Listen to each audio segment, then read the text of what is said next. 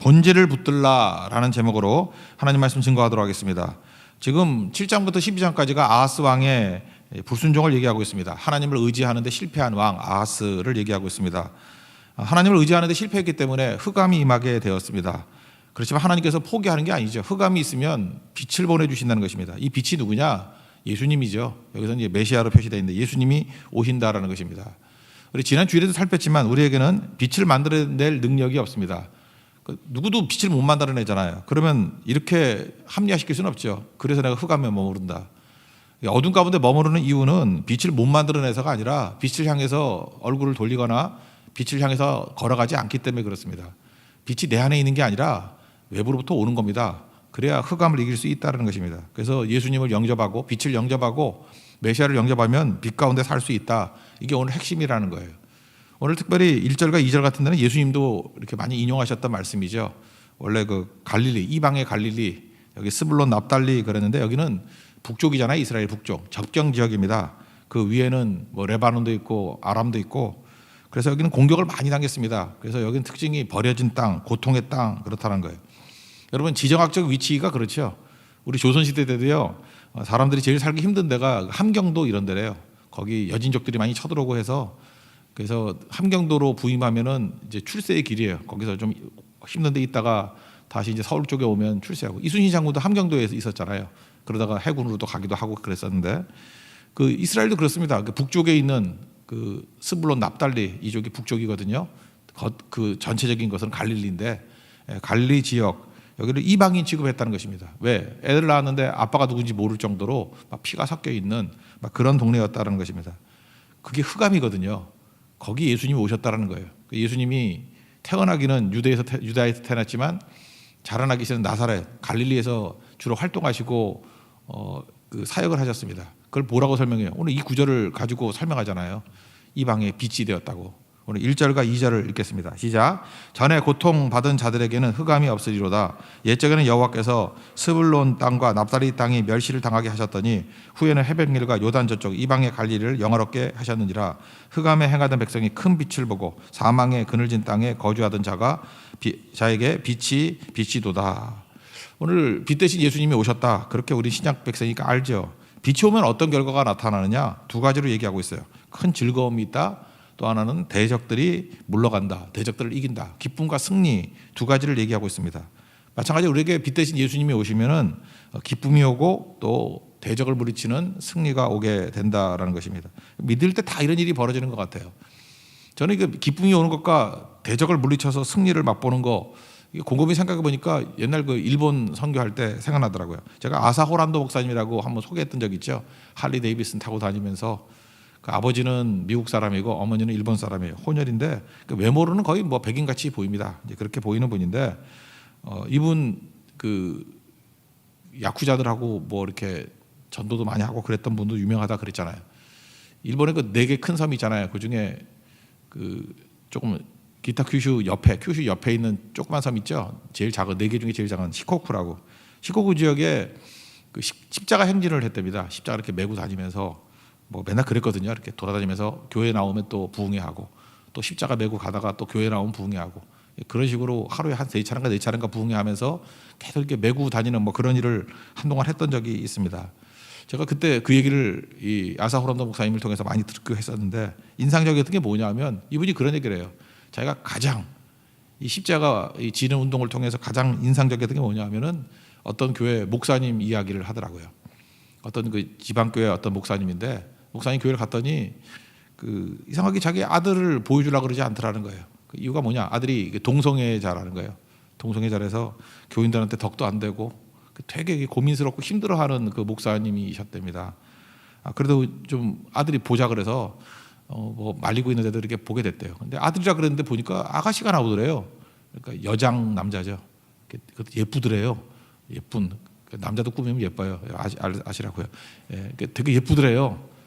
그래서 좀 남자라고 알고 있는데 여장한 남자니까 딱 여자죠. 그래서 좀 힘들어했는데 그 아들이 그러더라는 거예요. 나도 십자가 지고 싶다고. 근데 아버지는 말리고 했는데 원하면 오라고.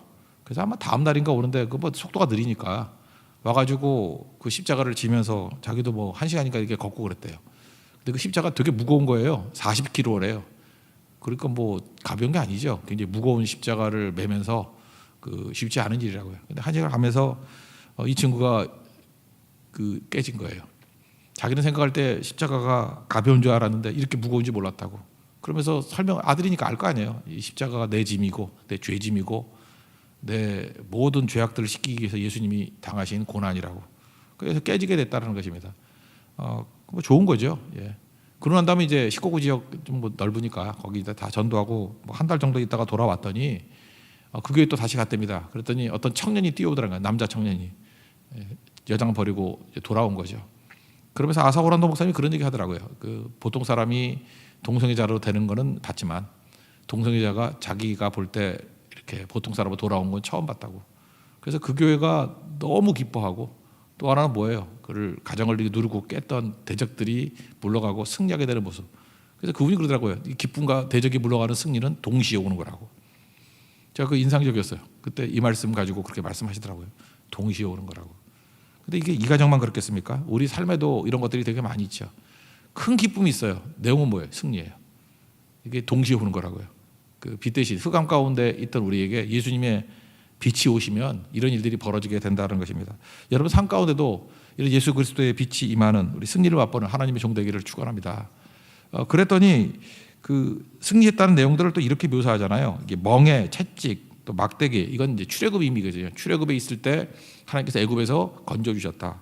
또 하나는 미디안의 날 그랬는데 기드온을 통해서 승리했던 것들이죠. 미디안 제일 고생했던 게 사실은 거기니까 그 기드온 때 얘기니까 3절 4절을 한번 읽겠습니다. 시작.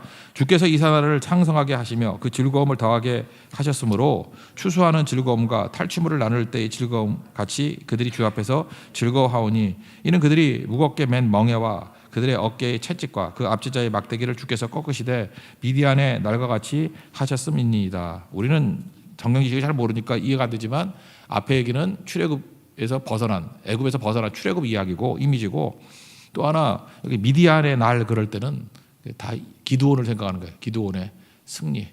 그래서 하나님께서 이렇게 빛이 오셨을 때 흑암 가운데 이렇게 승리와 기쁨을 주시게 되더라. 그런 거로 우리에게 적용되는 말씀이 무엇입니까? 이 빛 대신 예수님 영접하는 거죠. 빛이 메시아고 빛이 예수님이시니까 영접하면 된다는 것입니다. 그래서 가장 유명한 구절 6절 7절이 나오죠. 이게 메시아에 대한 예언이죠. 6절 7절 다 같이 읽겠습니다. 시작. 이는 한 아기가 우리에게 낳고 한 아들을 우리에게 주신 바 되었는데 그의 어깨에는 정사를 메었고 그의 이름은 기묘자라 모사라 전능하신 하나님이라 영존하시는 아버지라 평강의 왕이라 할 것임이라. 그 장수와 평강의 더함이 무궁하며 또 다윗의 왕자와 그의 나라에 군림하여 그 나라를 굳게 세우고 지금 이후로 영원히 정의와 공의로 그것을 보존하실 것이라. 만군의 여호와의 열심히 이루시리라. 여기 이름이라는 말이 나오는데 중간에 나오잖아요. 그 이름, 그의 이름은 기묘자라 모사라 하면서 5가지가 나오잖아요. 그의 이름. 이름이라는 단어가 히브리어로 쉔이라는 단어예요. 쉔. 근데 쉔이라는 단어가 그냥 우리가 생각하는 게 부르는 호칭이라는 것보다도 이 쉔 그러면 에센스, 본질이라는 뜻이 있어요.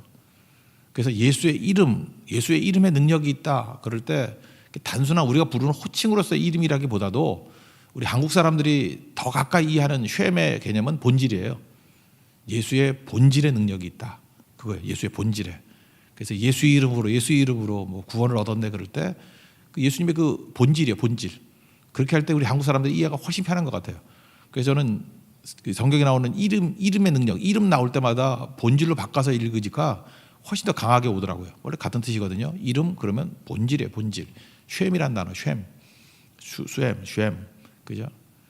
그러니까 예수님께서는 이런 본질이 있다는 거예요. 5가지 본질을 얘기하고 있죠. 그 예수님을 영접하면, 빛을 영접하면 예수님의 이 5가지 이름의 능력, 이 본질이 우리 가운데서 능력으로 살아나기 시작한다는 거예요. 그러니까 우리도 본질적인 변화가 나타나는 거죠. 예수 이름의 능력 때문에. 그러니까 이름은 본질이냐니까요. 이 본질적인 변화가 있는 종 되기를 원합니다. 5가지가 있는데 첫 번째는 기묘자라. 기묘자라는 거, 기묘죠. 영어 성경 뭐라 그랬죠? Wonderful. 그러니까 놀라움이죠, 놀라움. 예수님이 본질 대신 예수님이 우리 속에 쑥 들어오잖아요. 우리의 주님이 되시잖아요. 흑암 가운데는 우리에게 빛을 오시잖아요. 그러면 놀라움이 계속돼요. 원더풀, 기묘자예요. 그래서 예수님이 오실 때 그 놀라잖아요. 사람들이 다 놀랐다. 서기관들 같지 않더라. 그죠? 그 가르치는데 권위가 있더라. 그래서 다 놀랐더라. 예수님은 놀란 겁니다. 그리고 예수님이 하시는 일들이 생각을 뛰어넘으니까 놀라는 거죠. 예측을 뛰어넘으니까 놀란 거죠. 우리 이해를 뛰어넘으니까 놀란 거죠. 그 놀람의 반대말이 뭐죠? 시큰둥하고 또 하나는 뭐예요? 지루하고 이런 거예요. 근데 예수님이 오면 시큰둥, 지루함 이런 게 있는 게 아니라 그냥 계속해서 놀라는 거예요. 깜짝깜짝 놀라는 거죠. 성경 보세요. 예수님 오셔가지고 다 놀랬잖아요. 가르치시면 놀랬고, 병자를 고칠 때 놀랬고, 귀신 쫓아낼 때 놀랬고, 군대 귀신 쫓아낼 때 다 놀랐잖아요, 사람들이. 그 예수님이 진짜 임하게 되면 교회 안에 어떤 일이 벌어져요? 성도 안에 어떤 일이 벌어져요? 원더풀. 놀라움이 이러죠. 놀라움이. 여러분 삶 가운데 이 놀라움이 임하기를 원합니다. 뭐 아주 사소한 거 하나 예를 든다 그러면 우리 끝날 때쯤에 통곡기도 하잖아요. 그죠? 전체 찬송가를 한 10장씩 부르잖아요. 그랬더니 그 멀리 있는 미국에 있는 어떤 좀 작은 소도시에 있던 분인데 그 가정에서도 이렇게 따라 부르는가 봐요. 우리 같이 따라 부르는가 봐요. 같이 부르다가 그분이 뜨거움이 회복됐대요. 자기가 이렇게 신앙이 굉장히 다운돼 있었는 남자분인데 다운돼 있는데 찬송을 크게 부르다 보니까 힘이 되고 그 가사 기도가 막혔는데 기도가 터져 나왔대요. 이게 곡조 있는 기도잖아요. 성경이 찬송이. 그러니까 그 찬송 가사를 부르다가 이게 터져 나오더라는 거예요. 그리고 더한 건 뭐냐면 그렇게 한 2주 하다가 보니까 자기 아들이 믿음이 없었는데 그 아들까지도 돌아오게 됐다고. 그래서 그분이 얘기하더라고요. 참 하나님의 놀라운 은혜라고. 근데 그때 그 놀라운 그럴 때 그분 뭐 영어도 섞여 써는가 거기 원더풀이 보이더라고. 이 생각 나더라고. 이 생각. 그죠? 원더풀이죠. 원더풀. 주님께서 놀라운 일들을 이루신 거 기묘자입니다. 여러분 삶 가운데 예수님께서 주인 되시면은 원더풀 할 일들이 여기저기 막 나오게 될 거예요. 놀라움이 우리 삶 속에서 터져나오게 된다는 것입니다. 또 하나는 모사죠. 영어 성경은 그 원더풀 카운셀러 이렇게 돼 있어요. 이게 합쳐가지고 한 개념 같이 보이는데 우린 따로 있죠. 원더풀 놀라움. 또 하나는 뭐예요? 모사 카운셀러. 카운셀러는 게 뭐죠? 가장 비슷한 게 그 요한복음 같은 데 보면은 보혜사 성령을 카운셀러 그러죠. 보혜사. 그러니까 옆에서 항상 도와주시는 분. 보혜사. 그게 모사예요. 모사. 보혜사 성령도 계시지만 첫 번째 보혜사는 누구예요? 또 다른 보혜사를 보내주신다 그랬으니까 첫 번째 보혜사는 예수님이죠. 또 다른 보혜사를 보내줬다 그러니까 성령님이고. 그러니까 예수님이 첫 번째 보혜사입니다. 우리 옆에서 도와주시는 분. 그죠? 이게 같이 가서 도와주면 얼마나 편하겠어요. 우리에게는 최고의 보혜사가 계십니다. 예수님이에요. 카운셀러가 계셔요. 그래서 어떤 잘못된 길로 가면 이리로 가라 그러고. 어제 말씀에 의하면 그런 거죠. 우리가 기준이 선택의 기준이 말씀이 되면 인생이 정리가 된다고. 그래서 예수를 믿고 난 다음에 변화된 모습이 뭐냐 하면 이 말씀대로 순종하게 되면은 인생이 쉬워지더라고요. 그리고 인생이 정리가 돼요. 왜냐하면 이 모사 되신 예수님께서 어떤 기준을 가슴에 팍 심어줘요. 기둥 같은 기준 하나 팍 심어줘요. 그럼 그 이전까지 바다같이 이렇게 막 혼란했던 인생이었는데 그쪽 부분에서 그냥 쭉 정리가 돼버려요. 그게 정리가 될 때 어떤 일이 벌어지죠? 단순해지고 쉬워지니까 힘차게 나가요. 여러분도 그러잖아요. 어떤 걸 갖다가 뭐 이렇게 통했다 그러는 게 있잖아요. 뭐를 하나 발견했다 뭐 이러는 것들. 어떤 사고를 하거나 공부를 하거나 할 때 맥 잡았다 뭐 이러잖아요. 감 잡았다. 그게 정리가 됐다는 얘기거든요. 일상생활 그러잖아요. 근데 예수님께서는 모사라는 거 저는 그렇게 생각해요. 정리시키는 영이에요. 정리시키는 분이에요. 우리를 기준을 딱 선정하게 만들어서 쭉 정리가 되는 거라고. 여러분 삶 가운데도 예수님 없기 때문에 혼란이 있는 것입니다. 어둠 가운데 있는 흑암 가운데 있는 거예요. 예수님 오시면 우리의 모사가 되시기 때문에 모사라는 건 뭐 일일이 이리 가라 저리 가라 그런 의미도 있겠지만 어떤 기준 하나를 딱 정해줘 가지고 인생이 복잡하지 않고 정리가 되는 인생이 되도록 만들어 주신다는 것입니다. 그리고 우리에겐 지금도 계속 동행하시는 보혜사 성령님이 계시죠. 성령과 함께 동행할 때 인생이 단순해집니다. 정리될 것입니다. 그 은혜를 누리는 믿음의 종 되기를 바랍니다. 그리고 세 번째 되기는 뭐예요? 전능하신 하나님 그랬죠. Almighty God. 불가능이 없다 그런 거죠. 하나님 묘사할 때 다 불가능이 없다 그런 거 아니에요. 그래서 왜 불가능이 없어지는 거죠? 그 창조주 하나님이 전능하신 하나님입니까? 그분이 예수님이거든요. 창조주 예수님이 창조주 하나님이 결국 전능하신 하나님이 되신다는 것입니다. 우리 삶 속에 다 승리하게 되는 거죠. 기도의 의미가 뭐죠? 하나님의 전능성과 우리가 연결됐다 그렇게 말할 수도 있지만 또 하나는 우리의 삶의 모든 것이 다 하나님의 전쟁이 되게 만드는 거예요. 내가 싸우면 지잖아요. 그죠? 근데 하나님이 싸우면 이기죠. 다윗 보세요. 내가 골리앗과 싸운다 그러지 않고 골리앗과 하나님이 싸운다 그러니까 이기잖아요. 그러니까 기도는 뭐예요? 우리 삶에 있는 모든 일들, 모든 사역들, 모든 전쟁을 하나님의 전쟁이 되게 만드는 거예요. 그럼 승리하겠죠. 예수님이 어떤 분이기 때문에요? 전능하신 하나님이기 때문에 그렇다라는 것입니다. 그래서 내가 하면 내 일이지만 하나님께 맡기고 일을 하면 하나님의 일이잖아요. 내가 싸우면 내 전쟁이지만 하나님께 맡기면 하나님의 전쟁이 되지 않습니까? 그래서 예수님을 모신다는 것은 하나님의 전쟁이 되게 만들어서 언제나 승리하게 된다. 특별히 여기서 전능하신 하나님 그럴 때 그 스바냐서 3장 17절 옛날에 뭐 찬양으로도 많이 불렀는데 너희 하나님 여호와가 너희 가운데 계시니 그는 구원을 베푸실 전능자시라. 이게 똑같은 말이에요. 전능하신 하나님 구원을 베푸신 전능자라. 그 구원을 베푸신 전능자가 오시면 어떤 일이 벌어지는지 여기 좀 자세히 설명하거든요. 첫 번째 너로 말미암아 기쁨을 이기지 못하게 하시며 막 기쁨이 터져나와요. 전능하신 예수님이 우리 가운데 기쁨이 임한다. 아까도 얘기했잖아요. 기쁨이 임한다. 또 하나는 너를 잠잠히 사랑하시며 저는 이 번역도 맞지만 히브리어 번역에 두 가지 번역이 있어요. 너를 잠잠히 사랑하신다. 그러니까 하나님께서 조용히 사랑하신다. 이렇게도 번역할 수 있지만 저는 반대 번역을 더 좋아해요. 너희를 사랑하시기 때문에 너희 삶이 잠잠해질 거야. 난 이 표현이 더 좋아요. 두 가지 해석이 다 다른 거거든요. 하나님께서 우리를 너무너무 사랑하시기 때문에 이것도 맞잖아요. 그죠? 우리 너무너무 사랑하시기 때문에 너희 삶이 잠잠해질 거야. 풍랑이 있지 않습니까? 나를 사랑하신 예수님이 오시면 잠잠해져요. 풍랑이 잠잠해져요. 갈등이 있지 않습니까? 나를 너무 사랑하기 때문에 갈등이 잠잠해져요. 문제가 있지 않습니까? 나를 너무 사랑하시기 때문에 그 사랑으로 인해서 내 삶의 문제가 잠잠해진다고. 그 하나님을 믿습니까? 그게 전능하신 하나님이에요.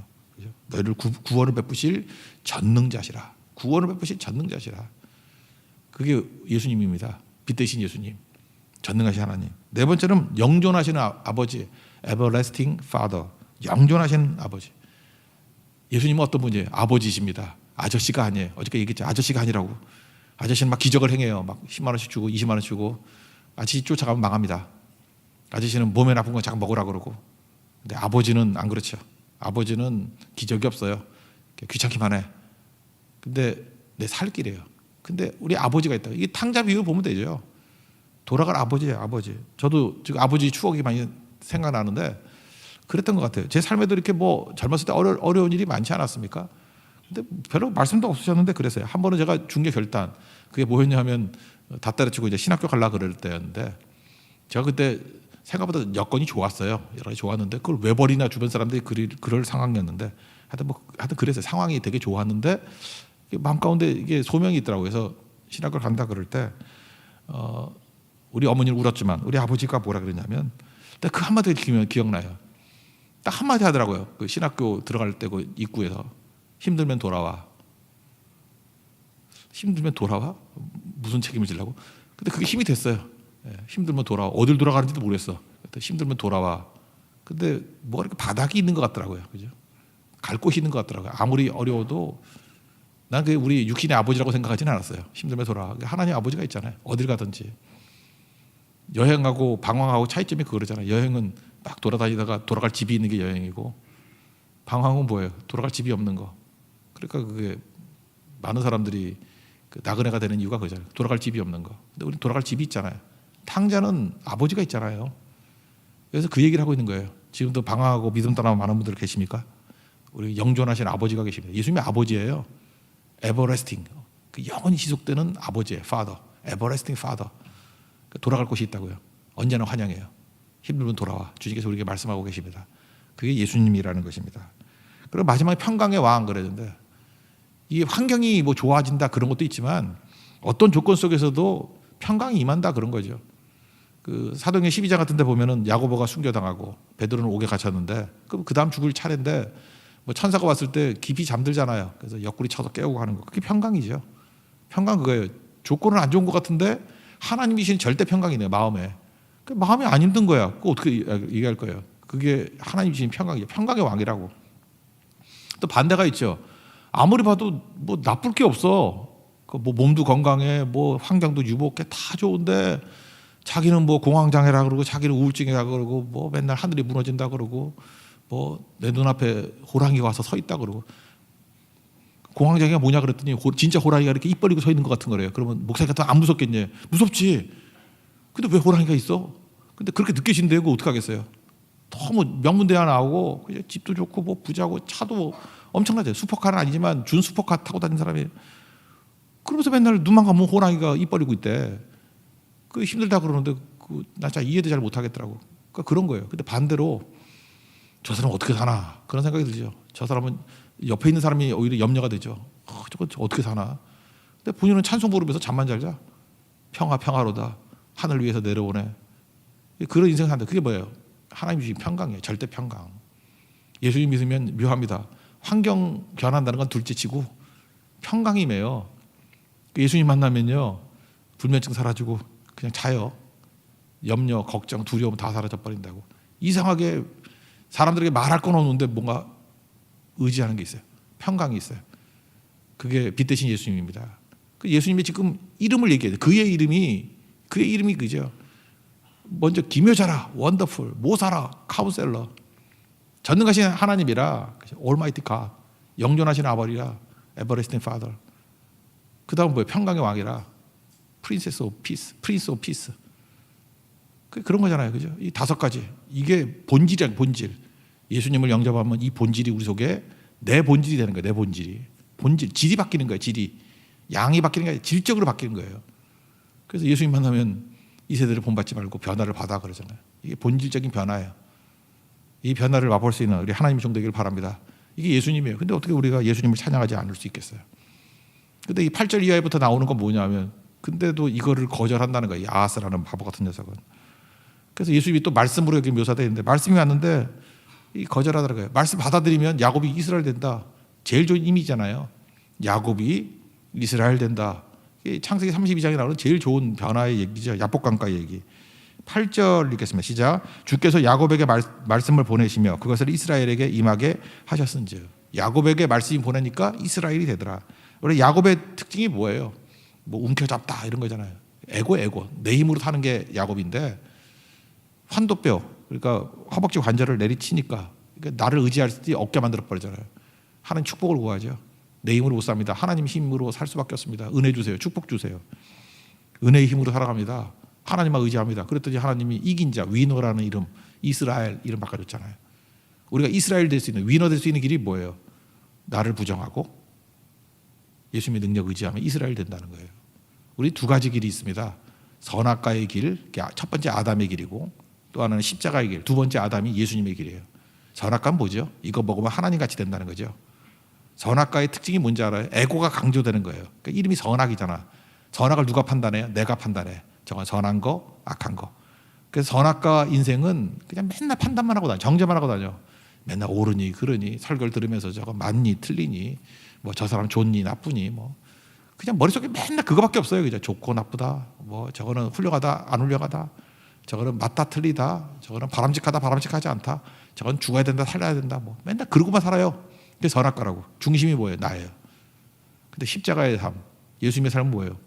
희생과 섬김이잖아요. 그럼 망할 것 같이 보이죠. 그때 다 살아나기 시작한다는 것입니다. 그래서 예수의 길을 걸어가자 뭐 그런 얘기죠. 근데 이거 못 받아들이고 고집 부리는 거예요. 계속 자기 길. 그래서 교만과 완악하다 그러고 이거 뭐 하나님께서 뭐라 그러죠? 여기 뭐 벽돌을 깨버리니까 그냥 자시만 내가 그 다듬은 돌로 뭐 건물 지을게. 뽕나무를 뽑으면 제일 좋은 건축자가 뭐예요? 백향목으로 뭐 할게. 이러면서 계속해서 내 힘으로 할 수 있어. 이걸 뭐라 그러지? 정신승리라 그러나? 박살 나면서도 아하스는 계속해서 그러는 거예요. 정신승리 하는 거예요. 하나님이 치더라도 내 힘으로 일어설 수 있어.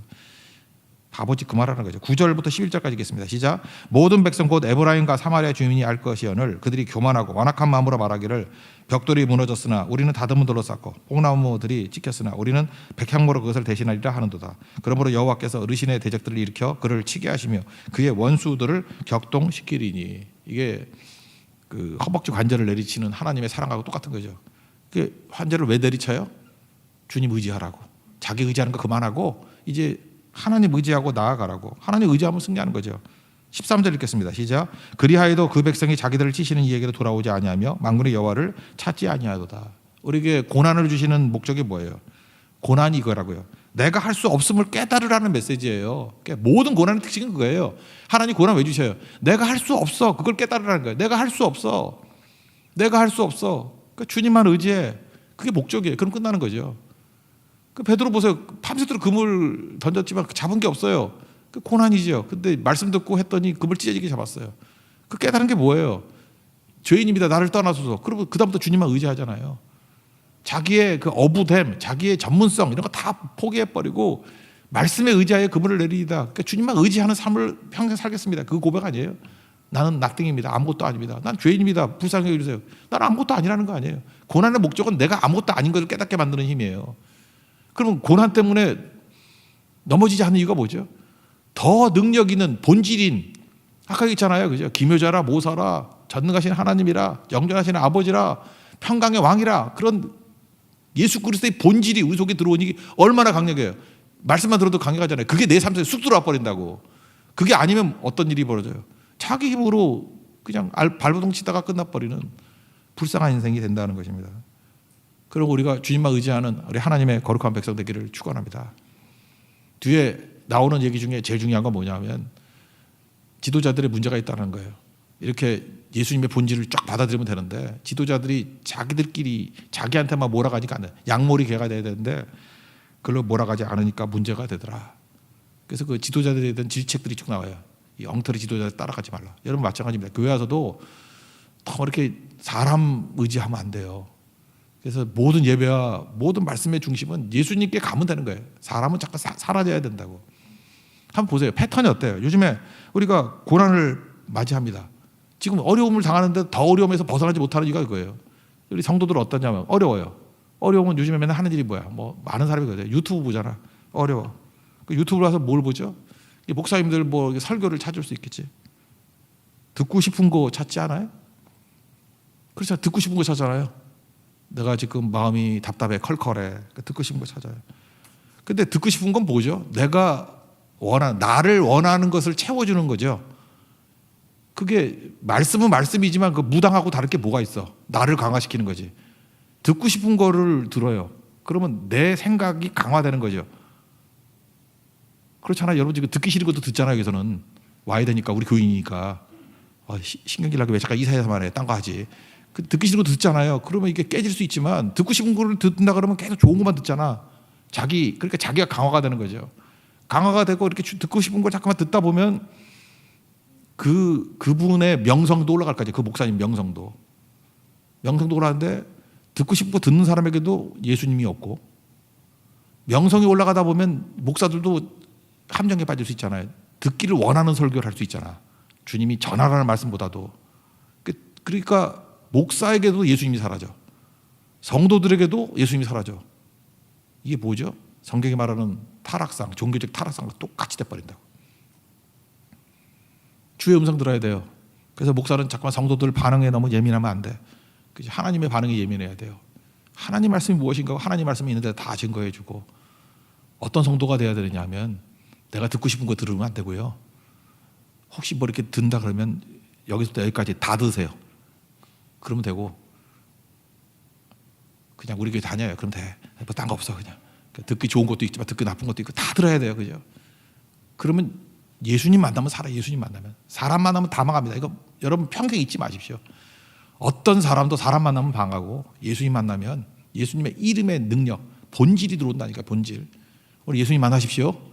그리고 여러분 인생 가운데 원더풀, 기묘함이 나타날 것이고 카운셀러, 우리 인생의 모든 길들이 정리가 될 것이고 전능하신 하나님, 불가능이 없어요. 없는 것을 있는 것 같이 부르시는 하나님이에요. 에버레스팅 파더, 아저씨 아니에요. 우리 아버지예요. 돌아갈 곳이 있어요. 아버지는 다 품어주고 우리 세워주잖아요. 그리고 평강이 올 겁니다. 프린스 오브 피스, 평강의 여러분 왕이 될 거예요. 여러분 인생들이. 그게 믿음입니다. 오늘도 예수님 만나서 변화되는 거룩한 믿음의 종 되기를 축원합니다. 자리에서 일어나겠습니다. 주품의 풍부소서 찬양하겠습니다.